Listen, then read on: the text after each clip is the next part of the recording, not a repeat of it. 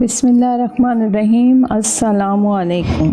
عمر گراں مایا کی 6 منزلیں گزر گئیں۔ اس دوران میں وقتاً فوقتاً حضرت حلیمہ آپ کو مکہ مکرمہ لاتی اور حضرت آمنہ سے ملا کر لے جاتی، لیکن اب والدہ محترمہ کو بھی اپنے لگتے جگر کی زیادہ جدائی گوارا نہ تھی۔ بے حد اصرار پر حضرت حلیمہ سعدیہ آپ صلی اللہ علیہ وآلہ وسلم کو مکہ معظمہ لائیں۔ بیوہ ماں نے جب اپنے نور نظر کو دیکھا تو باغ باغ ہو گئیں، خوشی سے پھولے نہ سمائیں، ہزار جان سے قربان ہونے لگیں۔ بوڑھا دادا اپنے یتیم پوتے کو دیکھ دیکھ کر نہال ہوتے، چچا اپنے مطوفی بھائی کے سراپے نور حسین و جمیل پر جان چھڑکتے۔ نورانی بچپن کی دلکش حرکات۔ آپ صلی اللہ علیہ وآلہ وسلم بچپن ہی سے صلاحیت و شرافت کے ایسے آبدار جواہرات سے آراستہ تھے جو صرف آخری اور اللہ کے محبوب صلی اللہ علیہ وآلہ وسلم کا حصہ ہو سکتے ہیں، اور کیوں نہ ہوں جس یتیم کی تربیت و پرورش کرنے والا خود وہ رب العالمین ہو۔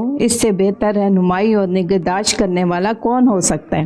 اللہ کا فرمان، کیا آپ صلی اللہ علیہ وآلہ وسلم کو یتیم نہیں پایا؟ پس آپ صلی اللہ علیہ وآلہ وسلم کو اپنی پناہ میں لے لیا۔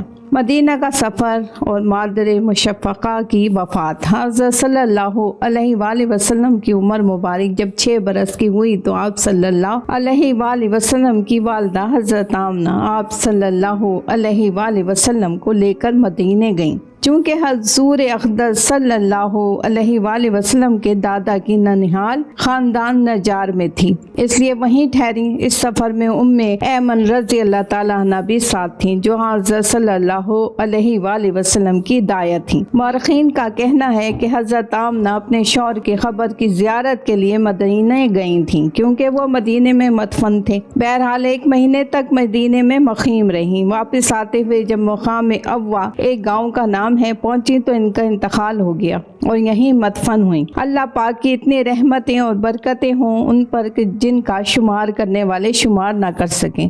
والد ماجد کا انتقال تو پہلے ہی ہو چکا تھا، اب والدہ کا سایہ عاطفت بھی سر سے اٹھا لیا گیا۔ آپ صلی اللہ علیہ وآلہ وسلم اگرچہ اس وقت بہت کم سن تھے، 6 برس کی عمر ہی کیا ہوتی ہے، لیکن اس حادثہ جانکہ کو آپ صلی اللہ علیہ وآلہ وسلم نے پورا محسوس کیا اور قلب نازک پر اس کا کافی اثر ہوا۔ زبان خاموش تھی لیکن لب نازک کا سکوت، رخسارہ پر نور کی افسردگی اور چشم ہائے پر نور کے آنسو حالت دل کی غمازی کر رہے تھے۔ اور مشفقانہ کے انتقال کے بعد آپ صلی اللہ علیہ وآلہ وسلم کی شفیق ترین دادا حضرت عبدالمطلب نے آپ صلی اللہ علیہ وآلہ وسلم کو اپنی آغوش شفقت میں لے لیا اور اس قدر محبت و ناز سے رکھا کہ یتیمی کا غم بھلا دیا۔ ایک دفعہ مکہ میں قحط پڑا تو حضرت عبدالمطلب نے آپ صلی اللہ علیہ وآلہ وسلم کو گود میں اٹھا کر بارش کی دعا کی۔ اتنی بارش ہوئی کہ پہلے سالوں کی کمی بھی پوری ہو گئی۔ ایک دفعہ آپ صلی اللہ علیہ وآلہ وسلم کی آنکھیں کچھ جوش کھا کر آئیں۔ حضرت عبدالمطلب آپ صلی اللہ علیہ وآلہ وسلم کو ایک راہب کے پاس لائے جو اپنے گرجا میں دروازہ بند کر کے بیٹھا تھا۔ حضرت عبدالمطلب نے دستک دے کر اس کو پکارا، لیکن راہب نے جواب تک نہ دیا۔ چند منٹ ہی گزرے تھے کہ کلیسیا کو سخت زلزلہ آیا اور راہب گھبرا کر بدحواسی کے عالم میں فوراً دروازہ کھول کر باہر آ کھڑا ہوا۔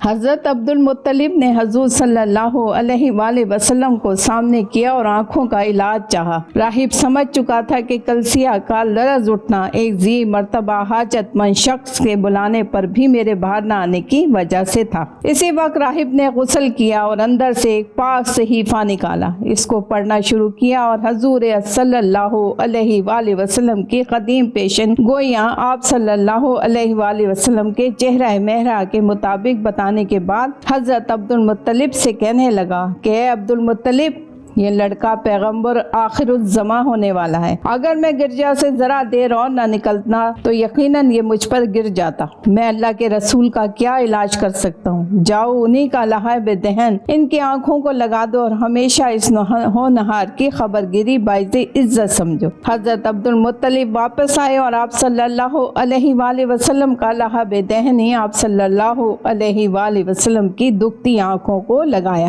شفا ہو گئی۔ آپ صلی اللہ علیہ وآلہ وسلم کو اپنے دادا کے پاس پرورش پاتے ابھی 2 ہی سال گزرے تھے اور عمر مقدس کے 8 سال پورے نہ ہونے پائے تھے کہ حکمت الہی کے پراسرار قانون نے یہ سایہ بھی نہ رہنے دیا اور حضرت عبد المطلب کا بھی انتقال ہو گیا۔ اللہ پاک کی کروڑوں رحمتیں ہوں ان پر اور سلام ہو ان پر بے حد و حساب، آمین۔ مرتے وقت حضرت عبد المطلب نے آپ صلی اللہ علیہ وآلہ وسلم کو حضرت ابو طالب کے سپرد کیا اور وصیت کی کہ اے ابو طالب، یہ در یتیم صلی اللہ علیہ وآلہ وسلم نہیں جانتا کہ باپ کی آغوش کا کیا لطف اور ماں کی گود اور تربیت کا کیا مزہ ہوتا ہے۔ کمال محبت اور شفقت سے اس کی حفاظت اور پرورش کرنا، یہ کہہ کر حضرت عبد المطلب نے آہست بھری اور اپنی جان آفرین کے سپرد کر دی۔ عبد المطلب کا جنازہ، سردار قریش حضرت عبد المطلب کا جنازہ جا رہا تھا، جس کے بارے میں سرداران مکہ رؤسائے قریش کے علاوہ ایک 8 سالہ یتیم صلی اللہ